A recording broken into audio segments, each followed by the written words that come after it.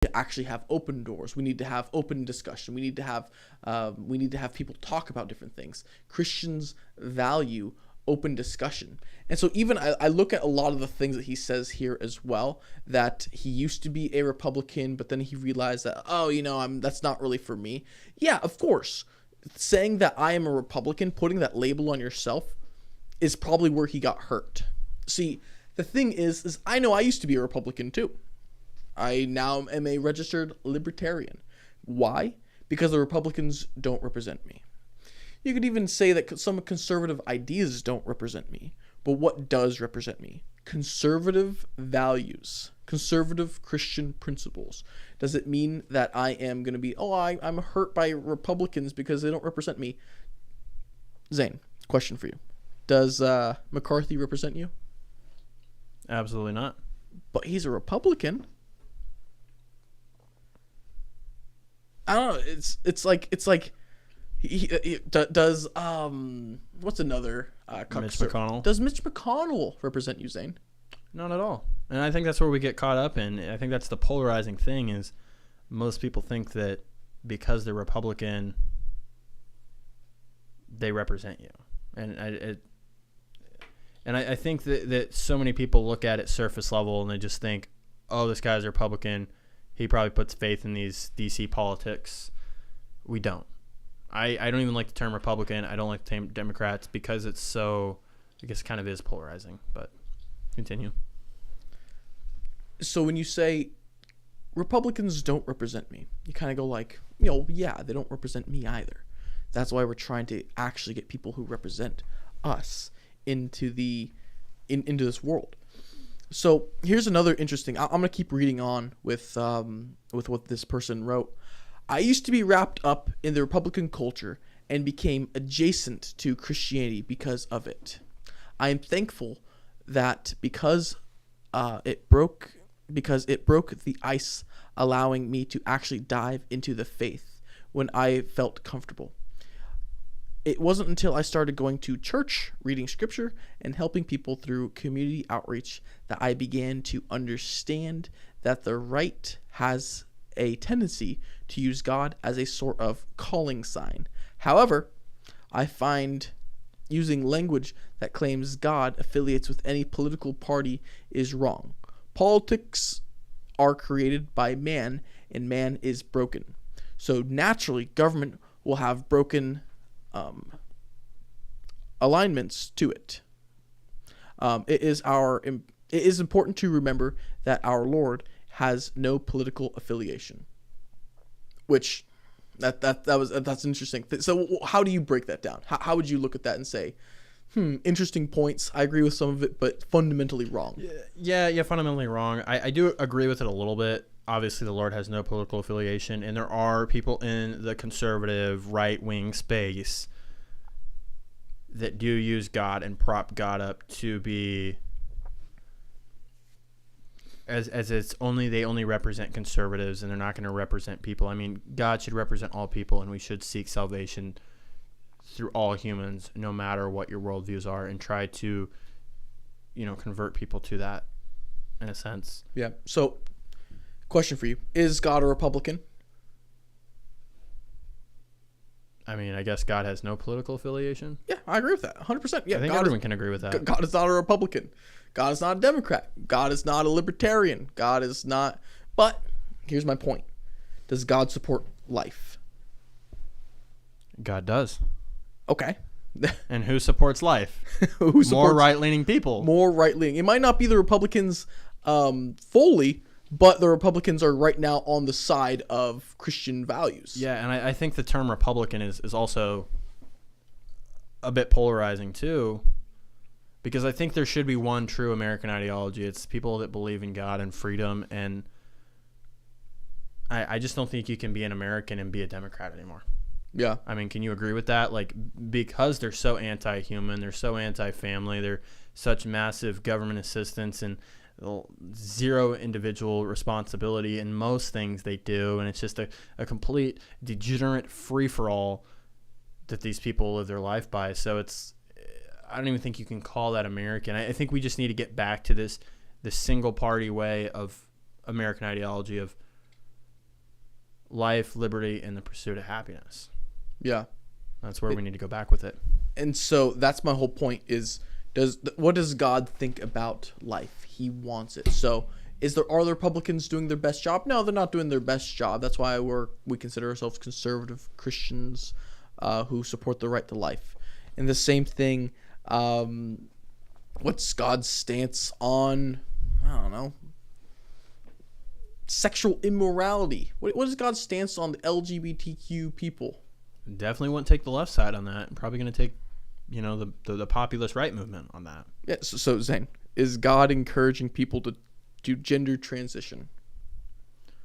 Only on me. Only on me. Only on you. You kind of see my point here. So God would have a side on that. In that. So is God encouraging people to be like a big? God is not encouraging people to transition your gender. In fact, it is an abomination to God. And in fact, God probably thinks it's the most destructive thing on earth. So, are the Republicans right? No. But are we trying to fight for Christian conservative values? I'm not saying the Republicans are. I'm saying that we are. We just happen to be a Republican. That's our whole point there, is we are trying to fight for God's ethics, God's values, God's virtues. And it's hard to do when all of these conservatives are saying, oh, maybe we just need to stand back. We don't want to be too divisive. We don't want to hurt anyone's feelings. We need to just focus on, being salt and light. Well, salt and light how? How are you being salt and light? Exactly. And these Christians that say that we shouldn't be political. I mean, what is politics? Do you know what the definition of politics is, Micah? I do not. So I'm going to literally pull up the raw definition. The activities associated with governance of a country. So activities of the government, especially the debate or conflict among individuals or parties hoping to achieve power. Now, I think we can all agree that we need to eliminate political power that crushes dissent, takes our rights away, takes our freedom and liberties away. But activities of the government concerning relations between countries, states, and cities.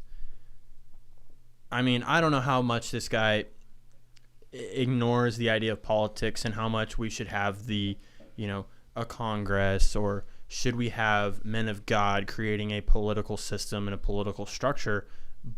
But in the sense of America, yes, because simply there's no other government that's ever been created as such, one that guarantees life, liberty, and the pursuit of happiness through its doctrine. I mean, can you think of another government that does that, or another political structure that has attempted to do that? I mean, obviously it's clearly flawed and we have a lot of work to do with it, but can you think of another country that's attempted to try this, to what we've done? I can think of some countries who've tried and haven't even come close, but tried and have been successful. Only America. But my point is we should be concerned about the activities of the government. Yeah. To a certain extent. I mean, I think you can take it over with Christian guided men and moral men. He makes great points. We're all flawed men. We're all flawed. We're not perfect people. That's why Jesus died on the cross for our sins. But I think that we can create a holy political system that's going to serve the people. And a lot of it has to do with the fact that we have that approach, that mindset, and that approach to it.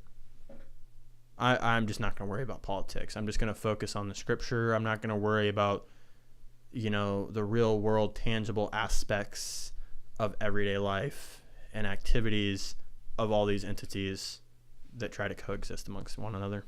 Yeah, if I ever got into a debate with this guy, my one question for him would be, is there an enemy out to destroy you? Because if he says yes to that, then I go then fight however you can. And then that's my whole point there. Isn't that what Jesus did? Jesus wasn't just a peacemaker, but Elaborate on this, Micah. Yeah, Jesus did not come to bring. He is the Prince of Peace, but he did not come to just bring peace. He brought a sword. Brother will be against brother. Family member against family member. Jesus is a divisive figure. Tell him about the whip.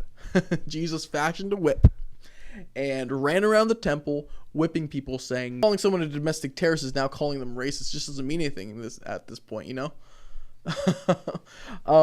Yes, they are calling us domestic terrorists, but I don't see how it means anything at this point. Calling us domestic terrorists is like, it's ridiculous. There is nothing behind it, because their whole point is, they're trying to, this is a threat to our democracy. And you just say, shut up. So the FBI said that threats posed by domestic violent extremists is persistent, involving, and deadly. The FBI's goal is to detect and stop terrorist attacks, and our focus is on potential criminal violations. Violence and threats of violence, anti-government or anti-authority violent extremism is one category of domestic terrorism, as one of the FBI's top threat priorities. The FBI further said, "We are committed to protecting the safety and constitutional rights of all Americans, and will never open an investigation based solely on the First Amendment protected activity, including personal political beliefs or affiliations." And of course, the White House declined to comment on this. But let's get into what the FBI data shows. So Donald Trump and MAGA Republicans are a threat to this very soul of this country. President Biden has said this multiple times. MAGA Republicans aim to question not only the legitimacy of past elections, but elections being held now into the future. So there is substantial evidence that we have fraudulent elections, and we bring forth this evidence, and we're sitting told that we're domestic terrorists because we are critical of a corrupt, hard to understand institution. I mean, it's really hard to wrap your mind around this election fraud and what we've got going on. But how the hell are we terrorists because we're critical of a government? I mean, we should absolutely always be critical of a government. I mean, rebellion to tyranny is obedience to God, and that's essentially what we're trying to do. Biden's Homeland Security Security Advisor Liz Sherwood said, "The use of violence to pursue political ends is a profound threat to our public safety and national security, is a threat to our national identity, our values, our norms, our rule of law, our democracy." Okay, so you're jailing Enrique Tarrio for not even being on the Capitol at January 6th. You're jailing Joe Biggs, incarcerating Joe Biggs. What about Ray Epps? Ray Epps has not even been charged. He's been charged with a slap on the wrist, essentially. You have Owen Schroyer being in jail for 60 days for literally for exercising his First Amendment rights. What are some other things? Donald Trump himself. They're going after, trying to seize all of his assets, which is utterly the definition of tyranny. Yeah. Going after your political rivals, seizing their assets, and then trying to they're trying to imprison him. They're trying to throw him in jail, take him off the ballots, make sure that no one can vote for him, and also finding his lawyers, going after every single person who's given him advice in the past, disbarring also his lawyers. Rudy Giuliani got disbarred for representing him. And even though there's all this evidence that there is election fraud, what they do is they just deny it, and they don't allow people to talk about it. You get banned from Twitter. And remember what Twitter was doing? They're colluding with the government. Twitter had FBI agents inside of it who were taking direct orders from the government, saying like, okay, take down this person, just take down this person. Don't show the Biden crime family laptop story. Take that down. And so what they do is they are working together with all of the federal agencies to protect the deep state against us Republicans, against us MAGA supporters, against us conservatives. Because we wear a lot of hats. I'm not just a Republican, which I sort of am, sort of not. I'm not just a MAGA Republican, which I am, sort of not. I'm conservative most of the time, But it's like they're going after people who love America, patriots, people who believe in God, people who fear God and love our country. Yeah, and they're trying to normalize this idea that we can't be critical of a government, that anytime we come forth with any sort of critical behavior towards what we're doing, we're labeled as the domestic terrorists. I mean, everything they do, everything that the administrative state, the biopharmaceutical complex, the military-industrial complex, big tech, big entertainment, all the censorship, it all goes against American values. But they can sit there and do that, but we can't sit and question and be critical of what's going on. So we got to love our AG, Eternal Merrick Garland. Attacks by domestic terrorists are attacks on all of us collectively, aimed at rending the fabric of our democratic society and driving us apart. Use that word democrat a lot, democracy. This is extremely dangerous to our democracy. Yeah. This is extremely dangerous to our democracy. What do you make of this? Oh man, they're doing everything in their power to protect the deep state. This is them fighting back to protect their way of life. Like how is all of our politicians going to get another yacht if MAGA gets back in there and starts getting rid of the corruption? One of the things that's interesting that I can see in this is, like, I'm going to go back a couple steps. Dianne Feinstein, it came out, she has like $150 million that we know about. Same thing with a lot of the other people. They're all the best traders in the world. How much money is getting laundered through Ukraine? How much money has been laundered through different mayors of Moscow? How many of our Republican and even Democrat and even Republican Congress people are actually representing us? Very few. And so the reason why MAGA is a threat to them and to their democracy is because we want to strip them of all their power and give the power back to the American people. We want America first. We want the United States people to thrive and succeed and to take away the power from these tyrants. And so we need to get back America. We need to take back our country, because without taking back our country and without taking back America, how are we going to ever survive when this much corruption exists? They're raping the American people. They're stealing from us left and right, and they just want us to sit down and take it? No, not anymore. Not anymore. And that's one of the reasons why, whether you love Trump, hate Trump, I am a big supporter of Trump, because he represents the anger that I have with being taken advantage of as the American people, being sold out to foreign conglomerates, being sold out to international cabals, being basically a pawn in some other country's game, and using the American taxpayer money to support other people's whatever. Because they've sent so much money to Ukraine, to Pakistani gender studies, giving money to Israel, giving money to every single country in Africa. And what do they neglect? The pipes in Flint. I drove across a road today. I thought I was going to blow out both of my tires. But instead of fixing that road, what they did is they sent $200 billion to Ukraine. Hey, but you have to fund these gender studies in Pakistan. And you've got to fund Ukraine and all their endless wars, because it's a profitable war machine. Us, we the people, us the working class Americans, the ones that believe in the one president.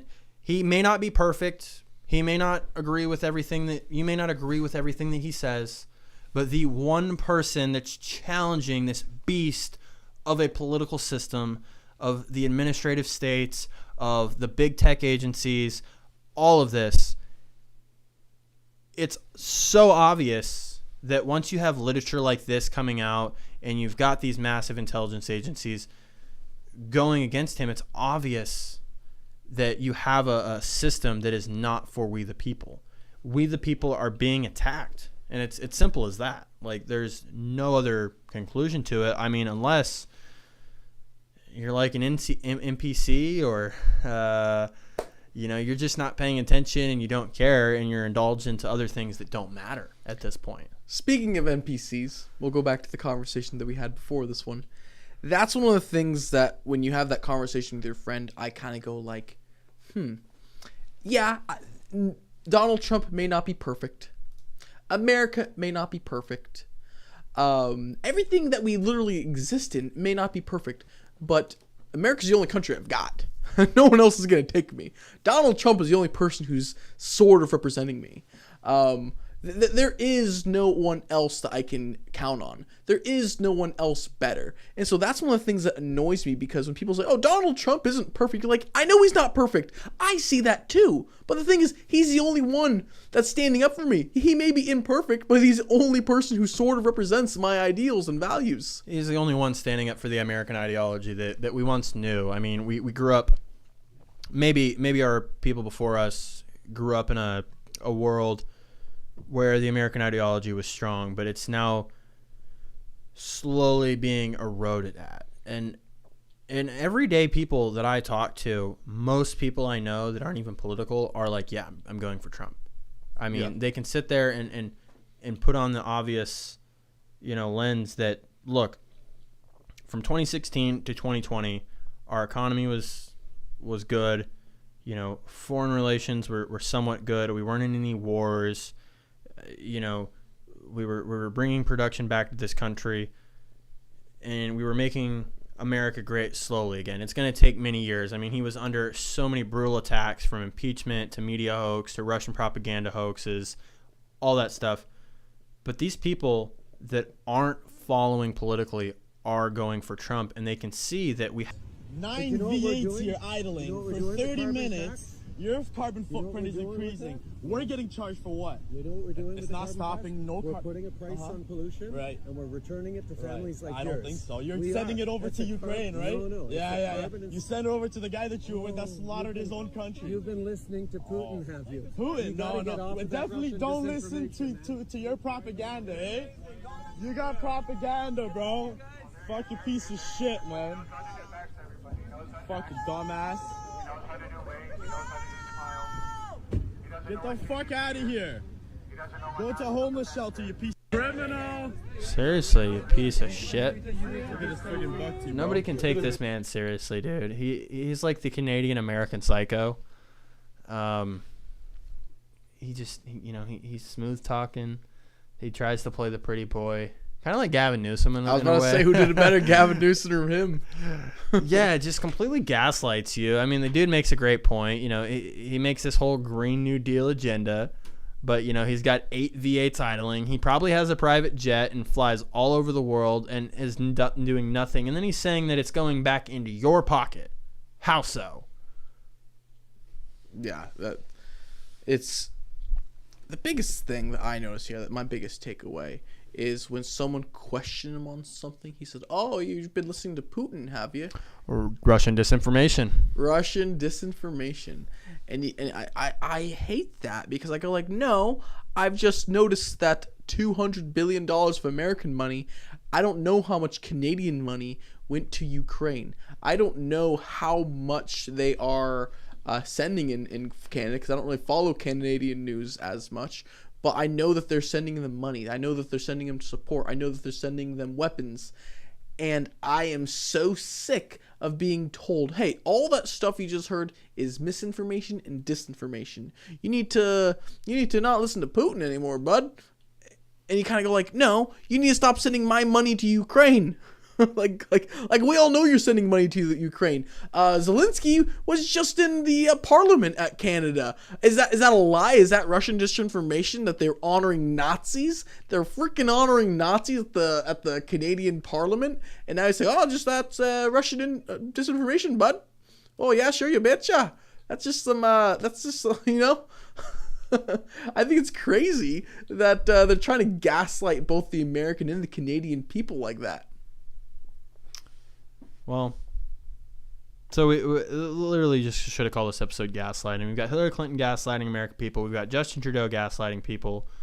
We have the administrative industries gaslighting people by telling us, people that believe in Donald Trump, to be the domestic terrorism threat, I will gladly be a domestic terrorist. Okay? If that's what it means to support the MAGA movement, to support somebody that wants to instill the idea of having politicians that fight for we the people and serve we the people, I'm all for it. If that's what that means, I'll be a domestic terrorist all day. That's Zane saying that alone. I'm not down for. I'm not going to take that label. But like, you know what I mean? Like, that's I know crazy exactly that what we're you mean. getting to a point that when we literally simply just believe in our doctrine, we show up to January 6th because there is substantial evidence that our election is being taken away. I mean, none of the so-called trustworthy institutions in this country will take up on the evidence. I mean, we have so many different statistical anomalies, and just looking at the election, so many statistical anomalies, substantial evidence that this election was not safe and secure, and we have an illegitimate president, as I like to say. How can you not like go against what they're saying? I don't know. Yeah. It pisses you off. And that almost goes full circle to why we have to fight for what we believe in. Because if we don't fight for what we believe in, we get propagandized. You have tyrants. Rebellion to tyranny is obedience to God. You have to rebel tyrannical people in order to obey God. You can't be taken advantage of by these people. These people are sick, evil people that really don't care. It's all self-interest. Like I said in the beginning, unrighteous, unholy, demonic things don't come in, some devil with big horns. It's literally just that's unrighteous, unholy things can disguise themselves very well. And we see that with Trudeau. We see that with Clinton. They're unholy things that don't care about the whole of people. It's just this, they care about this control, centralization of these people at the top. They don't care about everyone else. And maybe that's just society. Maybe that's just what we live in. Yeah. I don't know. Yeah, that's well said, Zane. Well said. And I think we had a lot of really interesting points here. And I think my biggest takeaway from everything we talked about now is that we can't stop fighting. That's my only real takeaway is we need to keep going. We never surrender. We never quit. We never back down because that is the fight that we're in. Fight like hell. Is that what Trump said? That's what Trump said, yeah. We got to fight like hell because if we don't fight, then who's going to fight for us? Exactly. So take over your cities, take over your states, take over the federal government, and stage a coup. I'm just kidding. But that might get me in prison. We're not going to any rallies anytime soon. Yes, my rhetoric would get us probably in prison for 90 plus days. Yeah. I'll be on the streets like Owen Schroyer yelling 1776, death to tyrants, and they'll throw the books at me. But let me ask you this before we head out: would you serve this country as a political prisoner to make a statement? Would you take the risk and do something to make a statement? I mean, what we've seen with Owen Schroyer, I think even some people, it's wakened some people up to that they don't care about your beliefs. They literally just want to crush this American way of life. Yeah, they're trying to crush dissent. And I think, I hope that I don't have to become a political prisoner or political, get attacked politically, but there may come a time that it is forced upon us without us actually choosing it. We saw that story. We saw what they're trying to do to the MAGA Republicans. It might come upon us without us actually wanting it. That's just something we may have to face in the future. Exactly. I mean, we're in that space. We're going down the same alley as what these people do that are getting imprisoned, like Owen Schroyer, like Joe Biggs, like Enrique Tarrio. We're questioning the establishment. We're questioning the corrupt politics that just crush the dissent of we the people. So, I mean, it's to be expected. Probably going to have to hire a couple lawyers at some point, if we get super deep into this and really start, creating exposés that expose a lot of this. And it's just, it's